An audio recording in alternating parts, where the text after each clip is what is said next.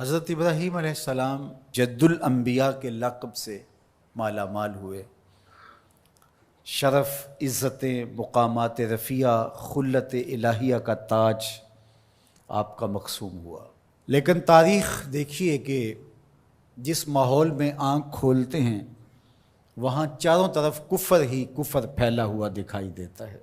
جب یہ بڑے ہوئے، بلوغت کے قریب پہنچے تو لوگ بتوں کے آگے آسن مارے بیٹھے تھے، ان کے سامنے دست بستہ حاضر تھے اور دیر تک ان کی پوجا پاٹ کرتے تھے۔ وہ ایک میلے پہ جاتے تھے، سال میں 2 دفعہ شہر سے باہر ایک کشادہ میدان میں میلہ ٹھیلا کرتے تھے، اور جب 3 دن کے بعد واپس پلٹتے تو سب سے پہلے بت خانے میں ہی آتے اور بتوں کو سلام کرنے کے بعد پھر گھروں میں پلٹتے۔ یہ ان کا مزاج تھا۔ اب وہ میلہ دیکھنے گئے، حضرت ابراہیم علیہ السلام نے ہاتھ میں کلہاڑا پکڑا اور ان کے بڑے معبد، بڑے بت خانے کا رخ کیا، اور توحید کا واحد علم بردار ان بتوں پہ ٹوٹ پڑا۔ فجعلہم جزازا، ٹکڑے ٹکڑے کر کے رکھ دیا، لیکن بڑے کو چھوڑ دیا اور کلہاڑا اس کے کندھے پہ رکھ دیا۔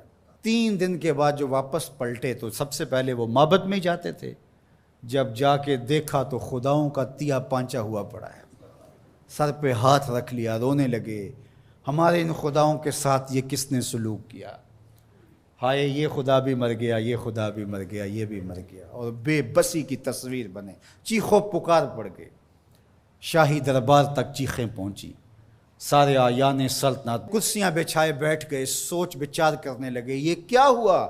من فعل ھذا بآلہتنا انہ لمن الظالمین، ہمارے خداؤں کے ساتھ یہ کس نے کیا؟ بڑا ظالم شخص ہے جس نے یہ کیا، بڑے قہر میں، جلال میں۔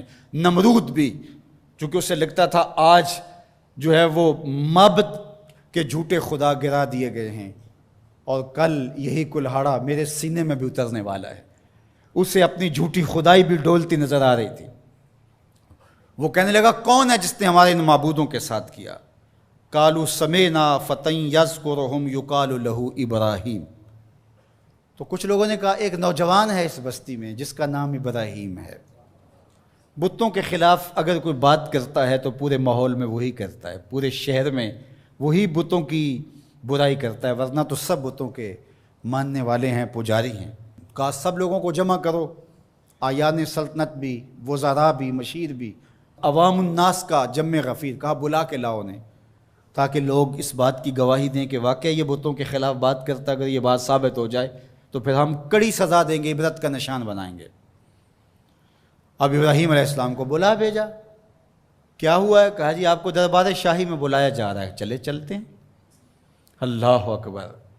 توحید تو یہ ہے کہ خدا حشر میں کہہ دے یہ بندہ 2 عالم سے خفا میرے لیے تھا۔ تو حضرت خلیل جب پہنچے تو انہوں نے جاتے ہی حملہ کیا، قالوا اانت فعلت ھذا بآلہتنا یا ابراہیم، ہمارے ان خداؤں کے ساتھ یہ سلوک ہے ابراہیم تم نے کیا ہے؟ تو انہوں نے بڑے زور سے جب دھماکہ خیز انداز سے پوچھا تو جناب ابراہیم نے کیا جواب دیا؟ قال بل فعلہ کبیرہم، بڑے نے کیا ہوگا، اسلحہ تو اسی سے برآمد ہوا ہے نا، یہ لڑ پڑے ہوں گے، یہ کہتا ہوگا میں بڑا ہوں اور چھوٹے مانتے نہیں ہوں گے، لڑائی ہوگی، تو یہ بڑا تھا، اس نے سب کو کاٹ کے رکھ دیا، پوچھ لو اس سے، کلہاڑا بھی اس کے پاس ہے۔ پھر کہا چلو یہ نہیں بتاتا، یہ نہیں بتائے گا، بڑا پاپی، یہ نہیں بتائے گا، لیکن چلو ان سے پوچھ لو تمہاری ٹانگیں کس نے کاٹی، تمہارے کان کس نے توڑے، تمہاری انگلیاں کس نے توڑی، تمہارے پیٹ کو کس نے چاک کیا، تمہارے دانت کس نے توڑے، ان سے پوچھ لو، یہ درد کی بپتا سنا دیں، دکھ کی کہانی سنا لیں، ان سے پوچھ کے مقدمہ درج کر لو، FIR کاٹ لو، پھر سمجھ آ جائے گی۔ اللہ اکبر! یہ اتنی سخت کاٹ تھی اور یہ وار کلہاڑے کے وار سے بھی سخت تھا۔ قرآن کہتا ہے کہ وہ اپنے گریبان میں جھانکنے لگے۔ اللہ اکبر! اندر سے آواز آ رہی تھی، ضمیر چیخ چیخ کے کہہ رہا تھا یہ معبود ہیں، ان کو ہم اپنا حاجت روا مان رہے ہیں اور ان کو اپنی ضرورتوں کا کفیل سمجھتے ہیں اور اللہ کے مقابلے میں کھڑا کیا ہوا ہے۔ ثم نکسوا علی رؤوسہم، پھر گردنوں کو جھکا لیا، آنکھیں نہیں ملا سکتے تھے جناب خلیل اللہ سے۔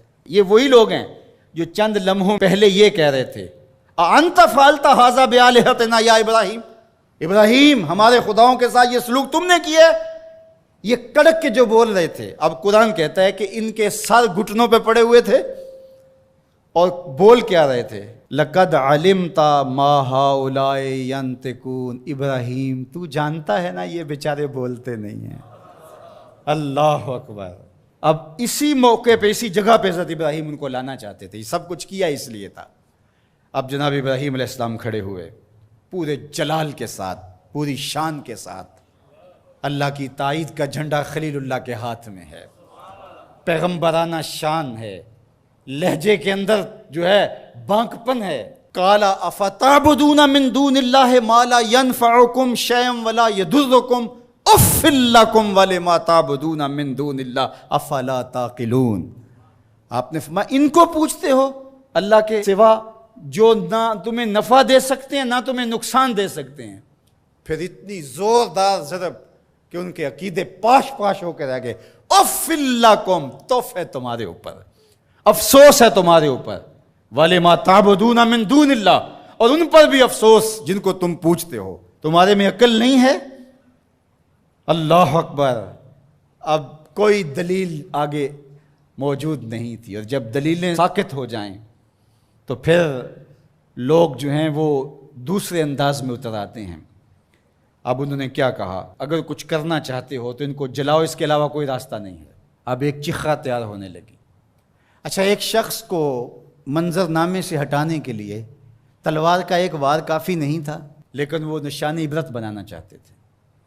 بہت بڑا الاؤ آگ کا تیار کیا جانے لگا، جس میں مہینہ 2 مہینہ مسلسل اس کے اندر ایندھن ڈالا جاتا رہا۔ پھر جب اس کو آگ دی گئی تو ایسی آگ بھڑکی کہ کئی میلوں سے اس کے شعلے نظر آتے ہیں، اور کوئی افق سے گزرتا ہے پرندہ تو وہ بھی جل بھن کے کباب ہو کے اس کے اندر گر پڑتا ہے۔ اللہ اکبر۔ حضرت ابراہیم علیہ السلام بیٹھے ہیں، بدن کو جکڑ دیا گیا، منجنیق میں ڈال کر گھمانے لگے۔ حضرت جبرائیل امین نے عرض کی کہ اگر آپ کہیں تو رب کی بارگاہ میں عرض کروں یہ مشکل ٹل جائے۔ کہا مجھے آپ کی کوئی حاجت نہیں۔ تو کہا پھر آپ ہی تو واحد نشان ہیں توحید کا اس دنیا کے اوپر، تو آپ اللہ سے خود ہی عرض کر لیجئے۔ کہا مجھے ایک بات بتاؤ کہ ان کافروں کے دل میں کس نے ڈالا کہ مجھے جلایا جائے؟ کہا رب جلیل نے۔ کہا اگر جلیل کی یہ مرضی ہے تو خلیل کی بھی یہی مرضی ہے۔ جے سونا میرے دکھ وچ راضی، جے سونا میرے دکھ وچ راضی تے میں سکھ نو چلے ڈاواں۔ کہ اگر رب کی یہ مرضی ہے تو اس کے عبد کی بھی یہی مرضی ہے۔ اللہ اکبر۔ اب جب منجنیق کو گھما کر کے آگ میں ڈالا جانے لگا تو کارکنان قضاء و قدر کی چیخیں نکل گئی۔ حوران بہشتی نیچے جھک جھک کے دیکھ رہی تھی، مالک قیامت آنے والی۔ کہا میری قدرت کے رنگ دیکھو، فانوس بن کے جس کی حفاظت ہوا کرے، وہ شمع کیا بجھے جسے روشن خدا کرے۔ تو فرمان رب آگ کے نام آتا ہے، قلنا یا نارو کونی بردم و سلاما علی ابراہیم۔ ہم نے کہا آگ میرے ابراہیم پر سلامتی کی ٹھنڈی ہو جا، اتنی بھی ٹھنڈی نہ ہونا کہ میرے خلیل کو سردی لگنے لگ جائے۔ 40 یا 50 دن تک اس آگ کے اندر رہے، آگ بجھنے نہیں پا رہی تھی، اتنا بڑا الاؤ تھا، باہر آگ جل رہی تھی، اندر نسیم جنت کی بہاریں تھیں۔ جب آگ بجھنے لگی اور جب اس کے شعلے اوپر سے نیچے کی طرف آنے لگے، آہستہ آہستہ آگ بجھی اور جلتے ہوئے دہکتے ہوئے انگارے ہر طرف نظر آ رہے تھے۔ آپ اپنی جگہ سے نکلے اور انگاروں سے باہر یوں چل کے آئے جس طرح کوئی نازنین پھولوں پہ چل کے آتا۔ اللہ اکبر۔ یہ رب کی قدرت کے رنگ ہیں، وہ اپنے بندوں کس طرح حفاظت کرتا ہے۔ یہ کتنا بڑا امتحان تھا، ہنس کے دیا، لیکن پھر ایک ایسا امتحان بھی آیا، اگر کو ہمالیہ پہ ڈالا جائے تو اس کا پتا بھی پانی ہو جائے، لیکن حضرت خلیل نے اس امتحان میں کیسی سرخروئی حاصل کی، انشاءاللہ اگلے جمعے اس عنوان سے بات ہوگی۔ وآخر دعوانا